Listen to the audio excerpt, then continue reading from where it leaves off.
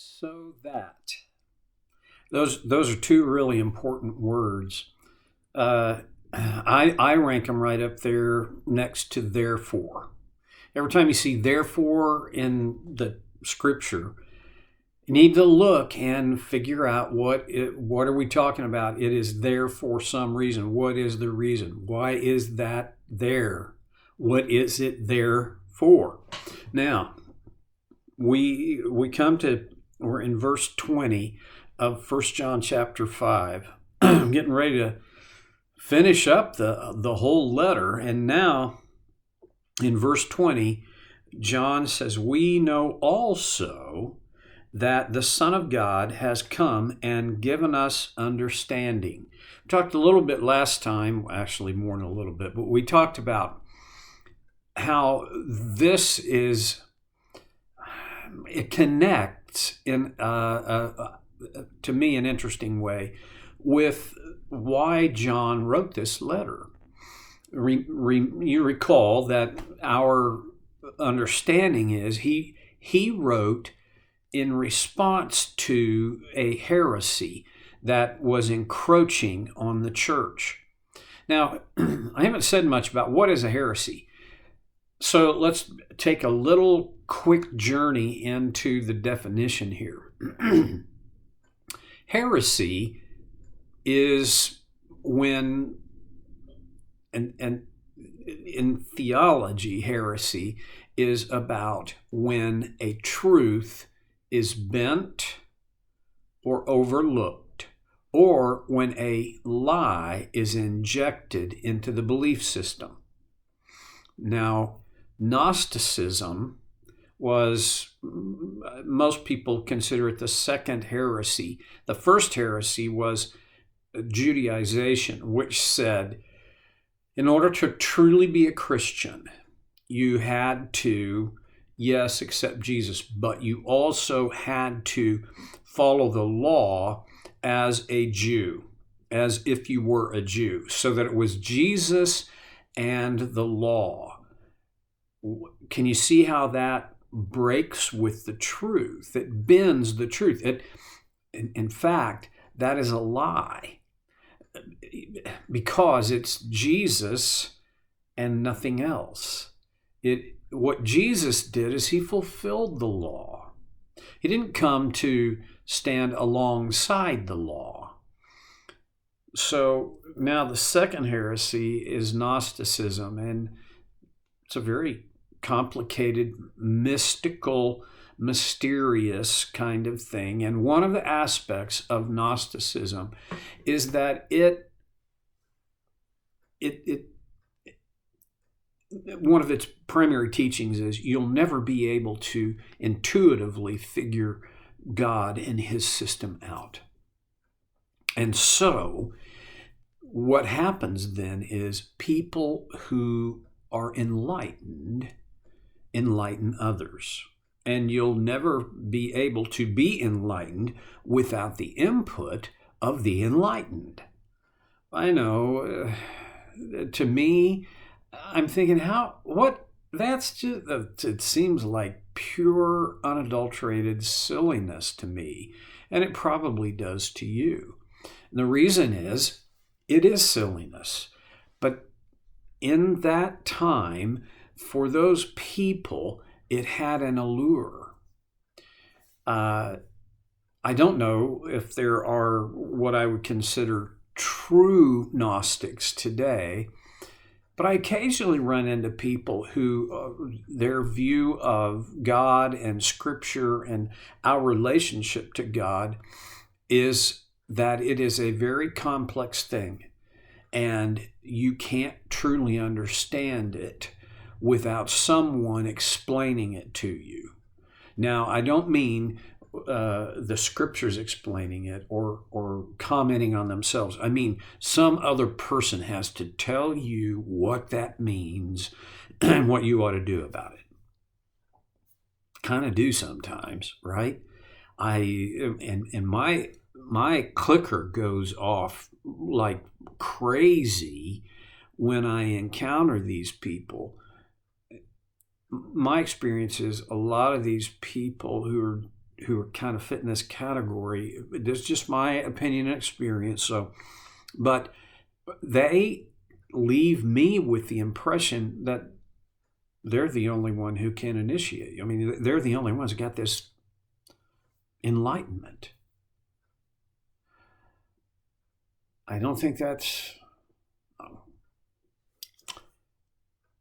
Okay, I don't have the right to make a judgment about those people, but my observation and my strong feeling is, between the scriptures and the Spirit of God, shouldn't that be my primary teacher and enlightener? Okay, that's just me. But anyway, he says that the Son of God has come and has given us understanding. We don't need... Human teachers can help us to understand.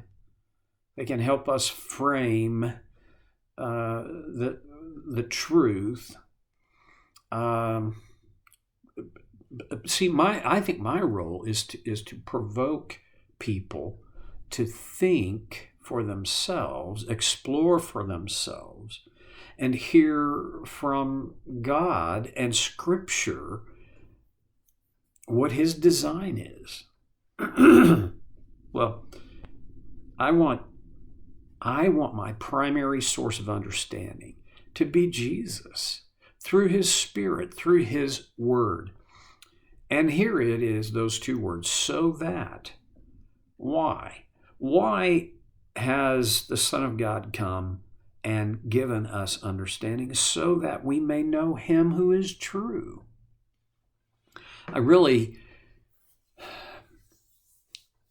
There's two big pieces in that.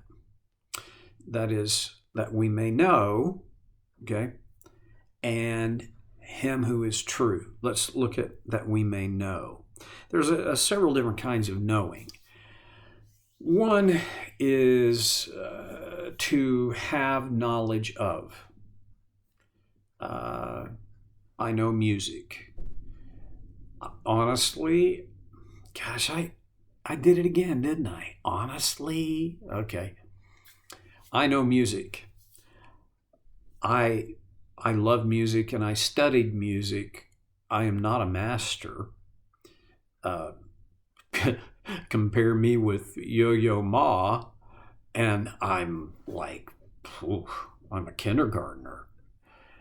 But there are people who, they love music. They don't know as much about music as I know about it. So, there's just a continuum of knowledge, knowing, okay? I know it. I've been exposed to it. I have a sense of it, all the way over to I am in a master's category of this, whatever it is that can be known.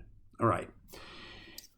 When it comes to Christ and the things of God, His design, His work, His ways, there are a lot of people who have been exposed and they know in that elementary sense of knowing. Yes, I know there is a God. I know He's powerful. I know. I've heard it a bazillion times. Well, this apprehension of data, this acquiring of information about, that's one side of knowing. It grows over on this other side, though. When when the dial clicks all the way to the edge, you don't have just someone who even has command of data about, and in this case, God, Jesus, God's design, His plan, His will, His ways, His work. What we have is someone with intimate knowledge of God. I've told you this. I enjoy retelling it because it has such significance that in the gospel, I think it's in the Gospel of Matthew, where it describes how at first, when he discovered that Mary was pregnant before their wedding, Joseph considered putting her away quietly, which basically what that means is divorcing her. The King James Version, I think, says put her away. But he, on the basis of the dream that God had given him, assuring him that that baby was not the result of infidelity, but that baby was the promised Messiah, the Son of God, and was the product of God himself working in Mary's womb. However you want to describe it, we rightfully call it virgin birth. He decided to take her home as his wife. And then the King James Version says, but he knew her not. Okay, as a kid, I grew up long enough ago that we didn't have a variety of translations and versions of the Bible to work with. I only knew there was one. That was the King James Version, right? So as a kid, we're reading this in the Christmas story, and we read it at least every year. And I hear this, read it and hear it. He took her home as his wife, but he knew her not. And I'm thinking, Joseph, what are you, stupid? She's your fiance. Now you're taking her home as your wife, and you don't know her? What is wrong with you? Well, you know that's not what that meant. That phrase, he knew her not, or he knew her, whichever the case would be, was a discrete way of saying either they had sex or they didn't have sex. On a human level, between a husband and a wife, the most intimate physical act possible is sexual intercourse. I hope this doesn't mean I'm now into the PG-13 category, and I certainly hope you don't find it indiscreet for me to talk about this. You might find it a little uncomfortable that I'm saying when John writes about that the Son of God has come to give us understanding so that we may know him who is true.